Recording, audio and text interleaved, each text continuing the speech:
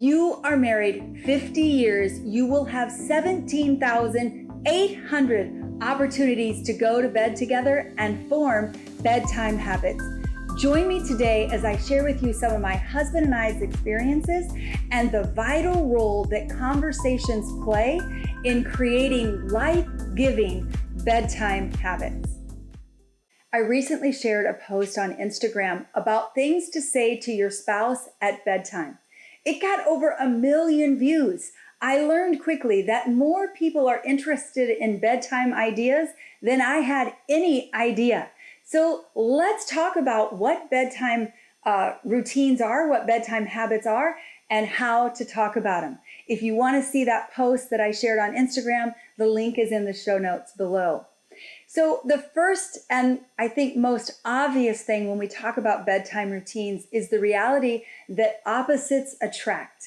So in the coaching of couples and my experience in my own marriage, usually one of the spouses is a night owl and the other spouse is an early bird. So this can create a lot of tension and a lot of avoidance around creating bedtime connection. So when we talk about bedtime habits, here is some of the concepts that can vary from couple to couple and create tension within marriages. So 1, do you sleep in the same bed? Do you sleep in the same bedroom?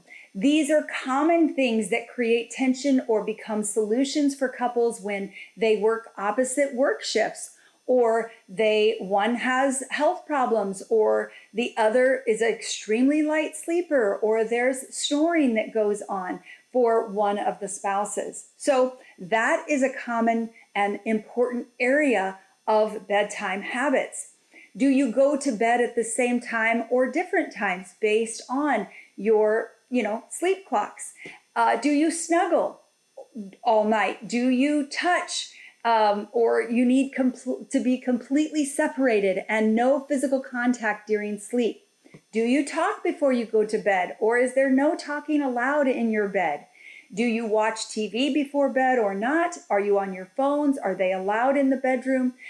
Do you read before you go to bed? So these are just some of the examples of things where spouses can differ, and these can be beautiful places where you create habits of connection.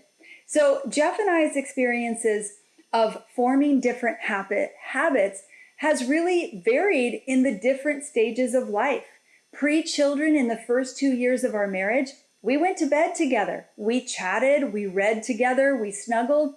It wasn't even a thought. It just naturally happened because we were excited to be married and go to bed together, and never even realized we had differing preferences in how we slept.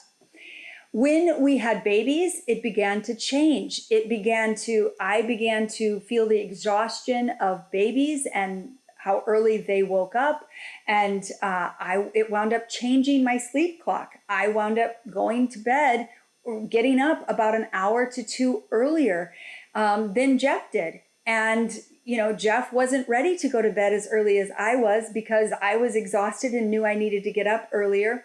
So this began to create a significant disconnection in our relationship that we didn't really quite recognize was connected to bedtime for quite a while. Jeff felt very lonely in the evenings when he was alone. He began to, explore things on TV that we had never talked about, whether we watched things like that on TV. And it's what kind of wound up beginning to give him the space to explore porn and get involved in that. For me, I was extremely lonely in the mornings when he was still sleeping, and mornings became a big place where bitterness and resentment would set in as I resented him for sleeping while I was up doing the not so fun routines that go with early mornings and babies. So that phase, the baby phase, created a lot of challenges in our bedtime routines. Once our children got older and they could kind of fend for themselves, they didn't need me up at the same time they were up, we got back to going to bed at the same time.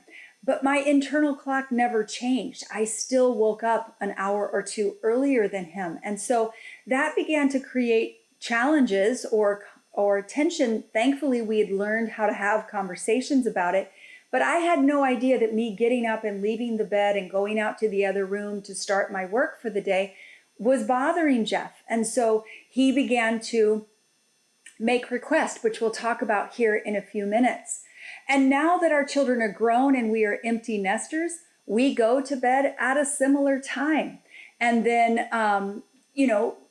often though I am tired earlier than Jeff, or I'm working to stop having screens in my eyes an hour before bed as I'm wanting to prioritize getting good sleep.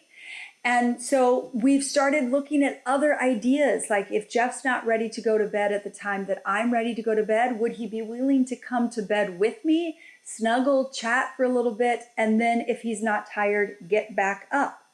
And so we're working on the connecting piece of our bedtime routines or our bedtime habits. And so what we've discovered is that our most connecting bedtime habits have come from our willingness to have conversations about it. And our most unhealthy bedtime habits have formed because we were avoiding conversations about bedtime habits. Now, we didn't realize we were avoiding these conversations. We just had made up or assumed what the other spouse would want, or we assumed that what we wanted was too much. So we just avoided the conversations. And by avoiding the conversations, we were living out of assumptions, and a lot of disconnection, a lot of bitterness and resentment was being formed that neither one of us were consciously aware of. So I want to share with you some of the conversations that we have found to be very helpful in creating life-giving bedtime habits. So the first conversation is, what do you each want and need? Now that seems rather obvious, but going to bed is just something we do. It's like a subconscious behavior. Getting up for the day, it's a subconscious thing. And so we didn't consciously even recognize we had needs or we had wants. So the first thing was each of us getting clear about what we wanted and needed in a way that we could articulate that to our spouse. The second conversation that we found very helpful is, how can we honor each of our needs, right? So if he wants to stay up later and I want to go to bed earlier, it can easily turn into right or wrong. We began to learn how to negotiate, which I'll be sharing about in a YouTube episode coming up. We began to learn how to negotiate, not make either of each other's needs wrong, but begin to hold a space for each other's needs and see how we could try it on.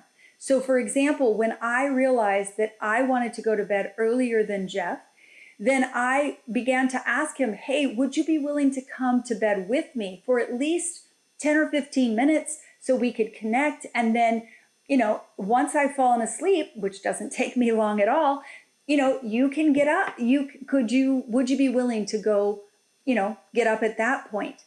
And at first, Jeff wasn't sure if he would like that. And so we agreed to just try it on for a couple days a week.